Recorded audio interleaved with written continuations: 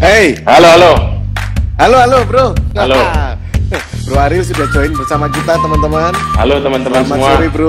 Sore. Wah, Sore. itu backgroundnya bagus banget bro, 3D itu bro. Patung ya bro, asli patung ya. Asli patung. Oke teman-teman, kita mulai Impactful Talk kita pada hari ini. Yang paling hot, Bro Ariel ini baru saja melistingkan perusahaannya di Bursa Efek ya. Wow, keren ini ya. Ini membuat gempar seluruh anggota GCI Java ya. Bagi teman-teman yang belum tahu GCI Java itu apa? GCI Java adalah organisasi kepemudaan dari PBB. Rata-rata usia yang bergabung di bawah 40 tahun, terdiri dari berbagai macam pekerjaan, ada yang profesional, ada yang pengusaha, ada juga yang baru merintis usahanya. Tujuan kita bergabung bersama GCI Java tentu membangun networking seluas-luasnya dan saling belajar. Salah satunya melalui program Impactful Talk ini. Baik, sekarang saya ke Bro Ariel. Bro, Ya, bro. bisa cerita sedikit nggak gimana perjalanan background bisnismu itu apa sih bro? Sebenarnya banyak sekali, saya bingung. Silakan bro. Kita cerita mulai awal ya. Kebetulan Ya. saya lulus kuliah waktu itu 2004. Saya ini bungsu, paling kecil. Nah kebetulan dipanggil oleh mama saya waktu itu untuk balik ke Indonesia duluan dibanding kakak-kakak saya untuk bantu pekerjaannya. Ya singkat cerita, bisnis utama kita ini, saya ini bisnis yang generasi ketiga. Jadi bisnis mulainya dari transportasi pengangkutan tetes tebu dan eksportir tetes tebu atau yang kita biasa tahu sugarcane molasses. Jadi waktu saya pulang itu saya membenahin back office orang tua mulai dari sistem administrasinya, pembuatan sistem. Waktu itu masih ingat itu karena ada anggota GCI yang kolaborasi sama saya, Bro Adi Wibisono. Itu paling tahu sejarah saya tuh. Dari 2000 Bro Adi waktu itu masih kuliah di STTS, sudah saya kasih kerjaan tuh, job pertama kali. Kalau nggak salah di 2005-2006. Kita membuat komputer ERP system waktu itu.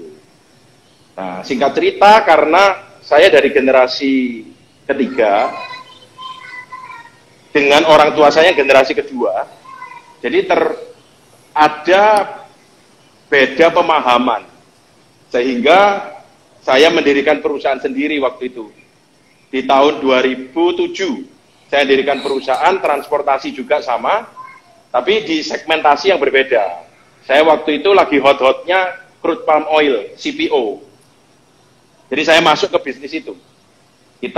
Saya partner dengan Sinarmas. Perjalanannya kok bisa sampai dengan Sinarmas itu, wah panjang itu. Ya benar-benar ini kita kerja keras ya. Karena saya bukan dari didikan keluarga yang dimanja-manja. Modal pun saya nggak dikasih. Saya ini nggak dikasih modal. Nyari sendiri. Kalau utang dikasih, saya dikasih utang. Saya dikasih utang. Kena bunga nggak bro? Kena bunga. Saya sudah buka-bukaan ini ya. Modalnya utang, truknya pun sewa. Bayangin. Jadi pokok diporotin terus semua sama orang tua saya. Gitu ya.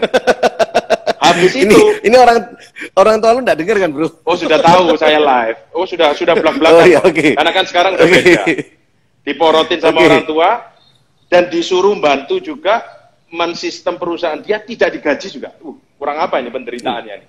Sudah tidak digaji, nyari bisnis sendiri, tidak dimodali, truknya sewa. Itu yang gembleng mental saya. Jadi saya waktu itu bisnis ada di Probolinggo, benahin bisnis orang tua saya di Probolinggo. Kebetulan orang tua saya juga punya kantor cabang di Surabaya dan Jakarta. Saya waktu itu, nah ada satu nilai positif. Lahan itu saya tidak ditarik sewa. Kantor dikasih. Nah, itu doang itu. Modalnya dikasih kantor, meja, kursi, mesin fax, pulpen, kertas. Itu modalnya. Lainnya nggak ada modal, nyari sendiri semua. Nah, dari ternyata manfaat gen cuma satu itu ya bro ya? Iya, kertas, bolpen, tip X itu saya hitung tuh, karena jadi inventaris saya itu, peluru saya itu. waktu kerja pertama kali.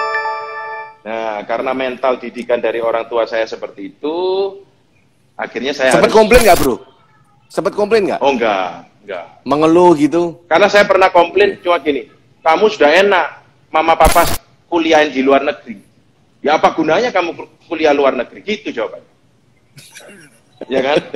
Oke. Ya itu akhirnya yang gembleng saya juga.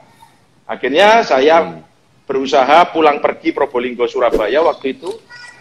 Jadi belum ada tol dan belum lapindo juga waktu itu. Jadi masih kategori ya lumayan cepat dan tidak trafficnya tidak seramai sekarang. Saya dikenalkan oleh seorang teman kakak saya itu ke perusahaan Sinarmas ini. Awalnya dulu anak perusahaan Sinarmas ini belum miliknya Sinarmas. Singkat cerita, terjadi kesepakatan, oke, perusahaan pertama saya, yang saya dirikan sendiri, berdiri. PT Raja Wali Dwi Putra Indonesia. Terus, berjalannya waktu, karena beda pemahaman juga sama orang tua, saya sudah membuat sistem, habis itu saya tinggal. Saya memimpin perusahaan saya. Gitu ya. Tapi seiringnya waktu tetap berantem terus. Lagi-lagi karena pengalaman dengan pengetahuan itu tidak bisa bertemu memang. Pengalaman lawan pengetahuan ini sudah pasti terjadi gap. Pengalaman milik orang tua, ya. Pengetahuan milik kamu ya, Saya. Oke. Itu nggak bisa, karena pengalaman itu ada historicalnya kerat. Pengetahuan itu pembuktiannya. Kita bicara dulu secara teori, pembuktiannya nanti. Itu pengetahuan, sifat daripada pengetahuan. Kalau pengalaman, itu sifatnya dibangun dulu. Baru bisa bercerita. Nah, dulu gini loh, dulu gini. Iya. Kan? Jadi crash. Termasuk waktu itu kan dengan Bro Budi, kita kerjasama 2008, ISO pertama. ISO. Itu di perusahaan saya itu. Surabaya, Bro Budi datang itu perusahaan saya. Jadi, orang tua saya, apa itu ISO? Buang-buang duit. Saya cuma bilang, itu duit saya. Udah urusan saya. Gitu loh. Itu lagi-lagi, pengalaman sama pengetahuan. Pengetahuan menuntut kita SOP, manajemen, struktur organisasi. Pengalaman menuntut apa? Cuan. Dan terbukti dari dulu, tanpa itu cuan. Oh enggak, beda. Pengetahuan itu membangun dengan cara memberi. Pengalaman membangun dengan cara meminta. Itu harus diketahui. Makanya bedanya apa? Pengalaman itu membuahkan hasil instan. Kalau grafik itu pengalaman tuh akan naik dulu terus turun. Gitu ya. Kalau pengetahuan merangkak dari bawah akan naik terus. Tapi lama. Karena pembuktian. Nah, saya bingung nih. 2006 berantem terus, 2007 berantem, telepon kakak saya, Pak Yonatan juga GCI.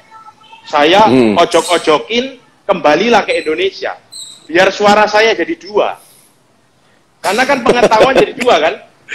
Lawan, kalau saya sebelumnya enggak, ayah saya, mama saya kompak, lawannya saya. Mati sekutu saya. Saya panas-panasi, saya bilang gini sama Bro Yonatan. Bro, balik sini ke Indonesia. Enak usaha truk. Lawannya orang tua semua, gampang. Mereka bondo otot, kita bondo otak. Saya cuma ngomongnya gitu. Udah deh kesini deh, cari duit di sini gampang. Karena lawannya itu. Kedua, tidak ada anak muda yang berminat usaha truk. Itu bagus sekali itu. Karena ngurusi sopir, semua sama. Kalau saya tanya teman-teman saya yang masih muda, waduh bro ngurusi sopir bro, ngurusi ini, aduh udah capek dah. Wah ini peluang bagi saya. Ya kan, berarti kompetisinya nggak ketat. Gitu ya. Mereka nggak mau ya bro ya? Nggak mau. Bukan nggak minat, tapi benar-benar sudah nggak mau. Kalau minat masih dicoba ya, tapi gagal, ini rata-rata orang nggak mau. Ngurusi sopir tuh nggak mau. Nah, kakak saya, Pak Yonatan pulang, Bro Yonatan pulang, mulai 2 lawan 2. Ya kan? Enak. Saya ngurusi perusahaan saya, Bro Yonatan bantu yang di Probolinggo dulu. Benahin. Nah, Bro Yonatan kan ketemu Bro Budi untuk ISO yang Probolinggo waktu itu. Betul. Ya kan? Nah, disitulah mama saya katut kita dulu. Karena ada satu omongan saya yang membuka mata mama saya. Saya cuma bilang gini, mama nyekolahkan saya ke Amerika, itu sama seperti investasi. Kenapa investasi pengetahuan itu tidak dihargai? Itu yang saya bilang. Kita disekolahkan jauh-jauh yang selalu ngomong biayanya mahal, kamu disekolahkan, ya sekali-kali investasinya itu berupa kita-kita anak-anaknya ini didengarkan. Nah, itu yang saya omong pertama kali. Baru sekarang 3 lawan 1, lawan ayah saya sendiri. Itu yang paling susah ini. Paling susah itu. Paling susah itu. Paling susah. Dan singkat ceritanya, lagi-lagi, meskipun sudah 3 lawan 1, tidak kuat. Bro Yonatan tidak kuat. 2011, itu pindah ke Surabaya juga, sama seperti saya. Nah, itu lahirnya PT Putra Raja Wali Kencana Tbk. Asalnya itu dari divisi yang dibuat sama Bro Yonatan. Karena tidak kuat, dia bilang sama saya, udah deh, lu yang ngurusi deh manajemen, lu lebih... Saya lihat Raja Wali Dwi Putra itu lebih bagus, lu yang ngurusi manajemen. Karena saya waktu itu tahun 2010 bikin satu sensasi. Masuk koran pembelian truk 300 unit tanpa ngelibatin orang tua saya. Tanpa saya minta 1 sen pun sama orang tua saya. 300 unit itu setara hampir 150 miliar.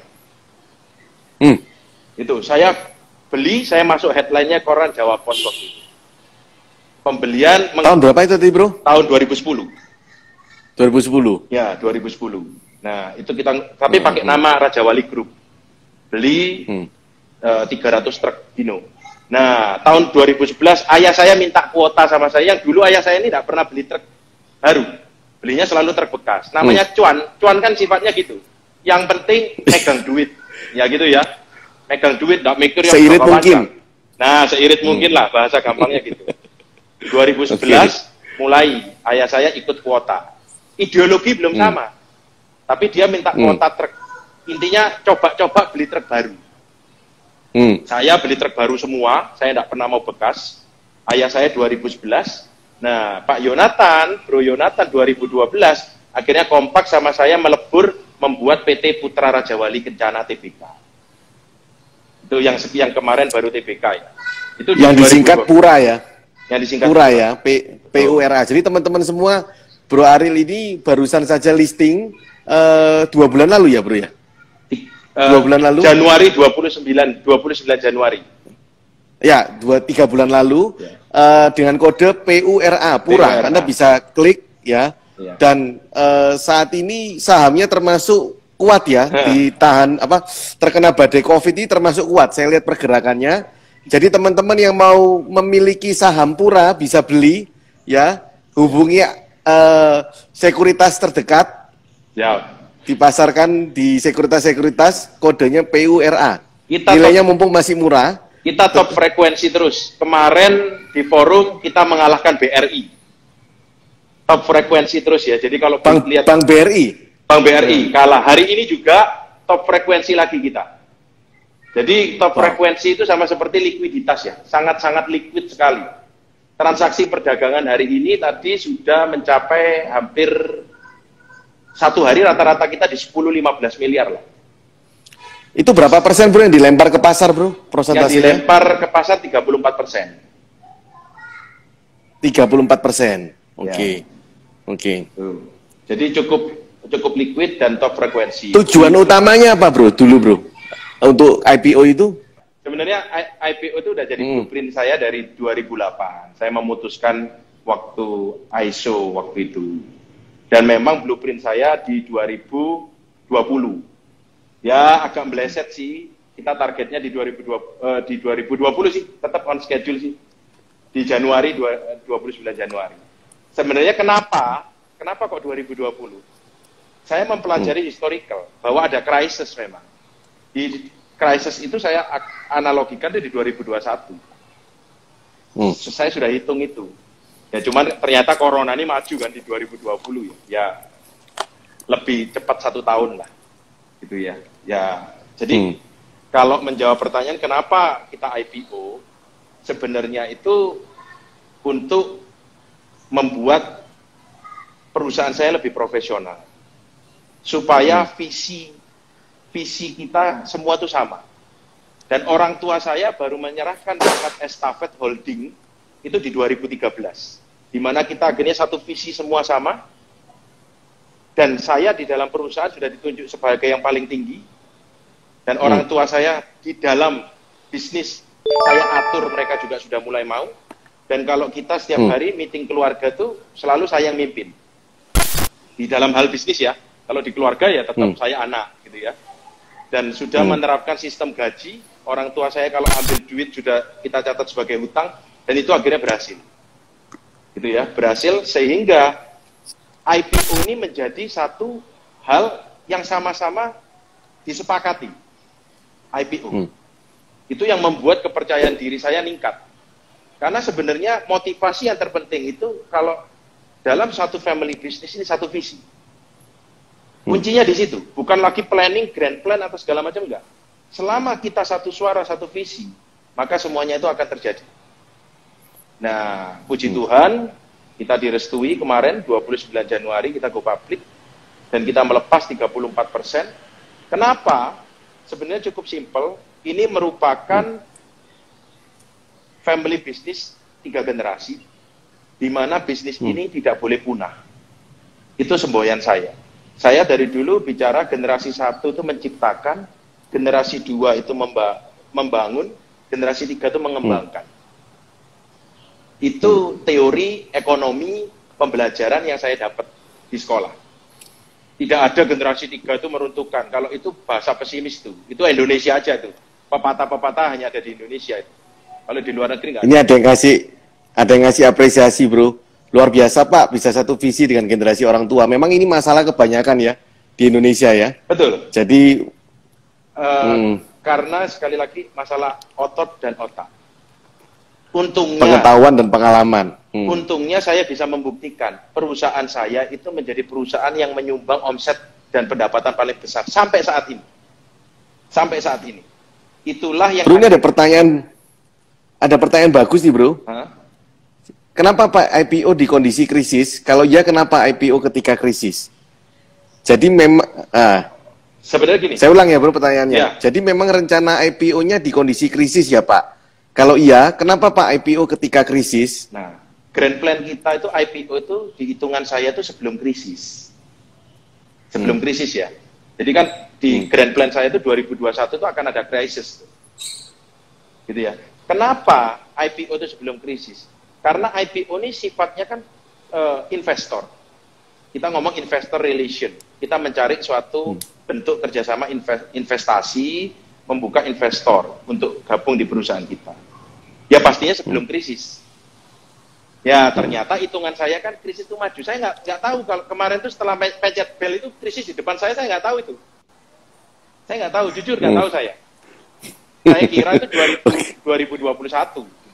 Jadi memang grand plan kita. Ya tapi puji Tuhan kita bisa masuk sebelum krisis. Meskipun 3 bulan kemudian krisis ya.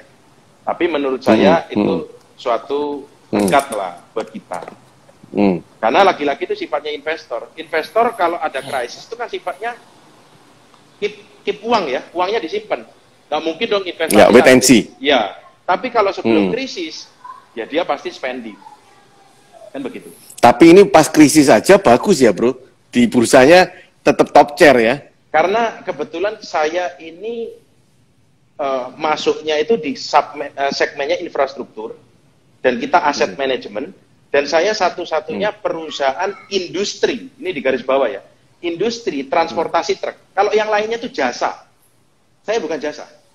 Makanya omset perusahaan saya itu bisa sampai 86 miliar, hampir setara seperti pabrik. Kalau jasa nggak ada yang segitu. Jadi kalau dikatakan saya omset terbesar, makanya kemarin saya disandingkan oleh OJK sama Bluebird. Kompetitornya. Gitu. Jadi secara valuasi ya, secara valuasi aset. Memang kita mengemasnya itu bikin perusahaan seperti aset manajemen. Jadi bukan lagi jasa transportasi, cuman karena transportasi ini dikenalnya ekspedisi, dikenalnya jasa, ya orang awam ngomongnya jasa, ya sudah, saya nggak, itu kan hak-hak mereka ya. Cuman penjelasan di laporan keuangan kita, di perusahaan kita, dengan sistem kita, dengan manajemen kita, itu aset manajemen. Sehingga kalau perusahaan tracking lain tuh, wah untung gross profitnya bisa 50%, saya gross profitnya cuma 25%. Hmm. Tapi aset saya 200 miliar, 300 miliar, 400 miliar. Kalau orang lain profitnya 50%, asetnya 50 miliar. Gitu ya. Jadi kita Jadi tujuan utama Bro IPO itu juga otomatis untuk mengembangkan perusahaan ya Bro ya. Betul. Betul. Untuk lebih besar lagi. Untuk lebih besar, untuk profesional. Nanti untuk Magwanandi dapat ya giveaway 1 jam tangan dari Bro Lucky nanti ya. Tolong emailnya diketik di komen ya, nanti akan difoto oleh tim admin, nanti akan dikirim lewat email Anda 1 jam tangan. Jam tangannya bagus banget, nanti akan dikirim ke alamat Anda. Oke. Bro, waktunya sudah mau habis ya kan? Lanjut lagi Bro. Ya. Saya tanya lagi. Ya. Ini senang banget Bro bisa nimbrung di sini. Ada perbedaan nggak Bro yang paling mencolok antara sesudah IPO dan sebelum IPO? Oh, sangat berbeda. Satu, masalah waktu ya. Kita ngomong dulu dari sudut pandang umum dan dari sudut pandang profesional. Kalau dari sudut pandang umum itu kita bicaranya keluarga sama waktu. Waktunya hampir dikatakan tidak ada. Karena banyak sekali aturan-aturan, prosedur-prosedur yang memang tidak boleh terlambat. Contoh, submit laporan keuangan, RUPS, terus setiap kali rapat bulanan harus ada notulen. Dibiasakan rapat dicatat dan disaksikan oleh komite audit. Jadi udah pasti waktunya tidak ada. Itu satu, secara umum. Kalau secara khusus profesional, nggak bisa keluar masuk uang itu enak. Ngambil uang seenak, nggak bisa sudah. Karena dikit-dikit diaudit ya. Auditnya itu bukan audit perbankan, bukan audit umum, tapi audit khusus, yaitu standar OJK. Jadi sudah nggak, mungkin bahasa gampangnya gini, kalau audit umum itu gampang dikit-dikit biaya itu direklas. Wah Pak, ini ada uang masuk keluar reklas coret-coret gitu. Kalau IPO nggak bisa gitu bro, harus dipertanggungjawabkan. Nah itu perbedaan yang mungkin secara garis besar yang saya sampaikan sangat berbeda, sangat berbeda. Tapi profesionalismenya memang kalau memang kita ingin ke depan, ibaratnya ada krisis pun kita tetap bisa survive, ya harus IPO. Bro, pesan terakhir bro untuk teman-teman yang sedang meneruskan organisasi orang tuanya ataupun bagi mereka yang ingin memiliki usaha sendiri bro. Pesan terakhir bro, 5 menit. Ya. Apa ini bro, pesan penutup? Pesan penutupnya, jangan pernah capek, sabar, pengalaman itu dibutuhkan juga di dalam mengisi pengetahuan kita, ideologi dan idealisme kita, jangan 100%, karena kita butuh waktu dalam hal pembuktian. Jadi tetap dengarkan pengalaman-pengalaman, baik itu dari kakak, orang tua, atau saudara. Tetapi kita tampung dengan pengetahuan kita buktikan untuk yang penting kita satu visi berjalan bersama. Yang penting tujuannya bisa kompak berjalan bersama. Kalau memang harus sabar dan mengalah, ya harus dilakukan. Ada beberapa poin yang bagus ya, saya lihat yang kita bisa teladani dari Bro Aril. Yang pertama, dia menggunakan otak, bukan otot. Ya, untuk merangkul keluarga, bukan meminteri, tapi berusaha untuk berkomunikasi. Yang pertama, dia rangkul dulu kakaknya, rangkul mamanya, perlahan-lahan ya bro, memberikan pemahaman. Sampai akhirnya mereka bisa mengerti semua. Yang kedua, memberikan penjelasan yang rasional. Bukan, lu harus nurut gua, karena gua lebih pinter, bukan itu. Tapi bro menjelaskan secara rasional yang saya kagum, menjelaskan ke mamanya bahwa keputusan mama menyekolahkan saya ke Amerika itu nggak salah. Tetapi perbolehkan aku menggunakan kemampuanku di sini. Itu luar biasa. Yang ketiga, saya belajar bagaimana bro berani mengambil langkah yang orang lain nggak lakukan. Melakukan IPO di perusahaan transportasi yang di awal mulanya di Probolinggo, dan bro berpegang teguh kepada prinsip tidak mau ikut arus. Yang mengatakan generasi ketiga menghancurkan, tapi bro tetap pegang prinsip bahwa generasi ketiga adalah mengembangkan. Bro ini orangnya positif sekali. Nah ini 3 poin yang saya dapat, dan menurut saya ini luar biasa bro, ya pelajarannya untuk kita semua.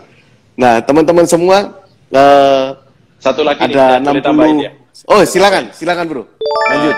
Satu-satunya CEO, ownership, direktur, owner di perusahaan terbuka yang di bawah 40. Jadi saya ini benar-benar mewakili salah satunya. Dan baru diikuti juga teman kita, Pak Felix. Jadi ada 2 sekarang. Yang sebagai owner, pengambil keputusan CEO di usia di bawah 40 tahun, baru 2, saya dan Pak Felix. Bro, kalau saya boleh tahu, karakter bro ini sebagai pengusaha yang paling tepat untuk bro itu apa? Eksekutor, planning, ataukah orang yang waspada, hati-hati? Yang paling mencerminkan bro? Saya leader. Saya pemimpin. Bro memilih sebagai leader. Itu karakter bro ya? Okay. Ya. Kalau bro mencari partner bro, perusahaan bro ada yang partner nggak? Dengan teman baru atau apa? Ada yang partner. Karakter yang paling bro inginkan secara individu untuk bro bisa berpartner dengan dia, apa bro? Hardworking. Pekerja keras. Hardworking. Ya, dan terlibat. Termasuk untuk level-level leader Anda ya bro? Ya, saya nggak nyari investor. Saya cari pekerja. Karena saya sendiri meskipun CEO, saya terjun ke lapangan karena saya mau jadi pemimpin yang memimpin, bukan pemimpin yang menyuruh. Berarti skill leadership itu wajib dimiliki kalau ingin bekerja sama, baik dalam berpartner ataupun menjadi leader di perusahaannya Bro Ariel. Ya. Itu ya bro? Memberikan contoh. Karakter yang paling penting ya? Oke. Sip, teman-teman semua. Baik, tadi sudah saya catat emailnya dari Mark tersebut ya. Mark siapa tadi sudah saya foto. Anda akan dapatkan 1 jam tangan ya, nanti akan dihubungi oleh tim admin. Teman-teman semua ini antusias sekali, hampir 70 orang Bro Ariel yang join. Waduh, thank you banget sudah ikut dalam Impactful Talk kita. Teman-teman, besok kita ada Impactful Talk berikutnya jam 4 sore dengan Wonder Woman-nya GCI Java, Margaret Srijaya ya, jangan lupa. Nah, kalau kemarin kita belajar dari LP kita Johnny Tio, hari ini juga laki, besok perempuan pertama ya, Iron Lady ya. Kita akan belajar bagaimana seorang perempuan bisa mematahkan bahkan melakukan banyak inovasi-inovasi di bisnisnya. Sahabatnya Bro Ariel juga, pas lokal presiden GCI Java juga. Teman-teman semua jangan lupa yang tadi dapat hadiah, dapat giveaway, subscribe YouTube-nya GCI Java dan follow Instagram-nya GCI Java. Thank you semuanya, Bro Ariel. Thank you. Semangat selalu. Thank you. Sip. Ya, thank you. Salam buat semuanya. Sukses selalu. Sukses. Jangan lupa follow IG-nya GCI Java. Yang belum jadi member GCI Java bisa mendaftar ya di IG, bisa kirim message. Thank you semuanya. Thank you. Yang belum nabung saham Pura, mulai dibiasakan menabung saham Pura. Oh ya bro, bisa sampai berapa bro peningkatan sahamnya bro? Targetnya bro? Kita sekarang ini benar-benar harga corona ya, harga diskon price. Ya kita tertinggi sudah pernah di 200. Ya kalau bicara 150, 160, 180 sangat possible. Wow, oke. 180 ya bro, ya. Berarti bisa lebih dari 50% dari sekarang ya bro? 100% itu. 100% ya? Ya. Wow, sip teman-teman, thank you semua. Jangan lupa beli sahamnya Pura, PURA. Bye, sukses selalu. Sukses selalu.